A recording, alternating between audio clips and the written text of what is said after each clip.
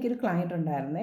സാധാരണ എൻ്റെ അടുത്ത് വരുന്ന ക്ലയൻസിൽ കൂടുതലും വെയിറ്റ് ലോസിനും അതുപോലെ വെയിറ്റ് ഗെയിനിനും വരുന്നവരാണ്. പക്ഷേ ഈ കുട്ടി ഡെലിവറി കഴിഞ്ഞിട്ട് ചെറിയൊരു കൊച്ചിനിപ്പോൾ ഒരു 3 മാസമൊക്കെ ആയിട്ടുള്ളൂ. അങ്ങനെ വന്നിട്ട് ഫുഡ് ഹാബിറ്റ് ഒന്ന് കറക്റ്റ് ചെയ്യണമെന്നും പറഞ്ഞ് വന്ന ഒരു കുട്ടിയാണ്.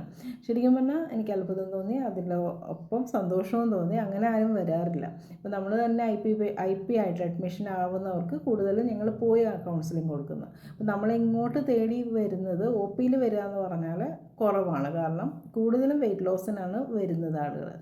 ഇങ്ങനെ ഉള്ളൊരു ക്ലയൻറ്റ് വന്നപ്പോൾ സന്തോഷം തോന്നി. ആ കുട്ടിയോട് കൗൺസിലിങ്ങും കാര്യമൊക്കെ ചോദിച്ചപ്പോൾ ഈ കുട്ടി പറയുന്നൊരു കാര്യം എന്ന് പറഞ്ഞാൽ ഡെലിവറി കഴിഞ്ഞിട്ട് വണ്ണം വെച്ചിട്ടില്ല എന്നാണ്.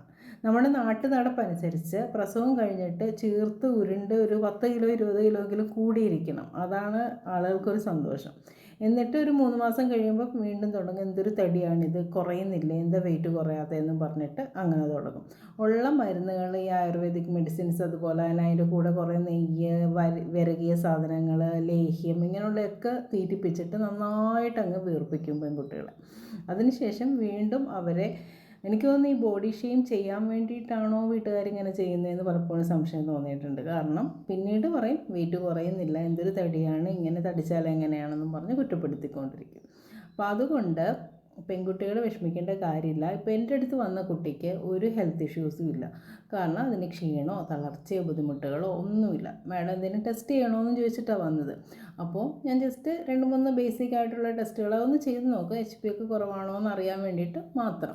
പക്ഷേ അങ്ങനെ ഒരു ഇഷ്യൂ അതിനുണ്ടെന്ന് തോന്നുന്നില്ല. കാരണം അതിന് തലകറക്കമില്ല, അതിന് വേറെ ബുദ്ധിമുട്ടുകളൊന്നുമില്ല. അങ്ങനെ ഒരു നോർമലായിട്ടുള്ള കുട്ടി. അതിൻ്റെ ഒരു കൺസേൺ എന്ന് പറഞ്ഞാൽ വെയിറ്റ് വല്ലാണ്ട് കൂടിയിട്ടില്ല പ്രസവം കഴിഞ്ഞ് എന്നുള്ളതാണ്. BMI നോക്കുവാണെങ്കിൽ നോർമലാണ്. ഞാൻ പറഞ്ഞ കുട്ടി ഒന്നുകൊണ്ടും പേടിക്കേണ്ട കാര്യമില്ല, ഇങ്ങനെ തന്നെ മുന്നോട്ട് വെക്കോ, ഇതുപോലെ തന്നെ ഫുഡ് ഹാബിറ്റ് ആയിക്കോ. കാരണം ആ കുട്ടി പുറത്തൊന്നും കഴിക്കാത്ത കുട്ടിയാണ്, വീട്ടിൽ കുക്ക് ചെയ്ത് ഭക്ഷണം കഴിക്കുന്ന ഒരു കൊച്ചാണത്.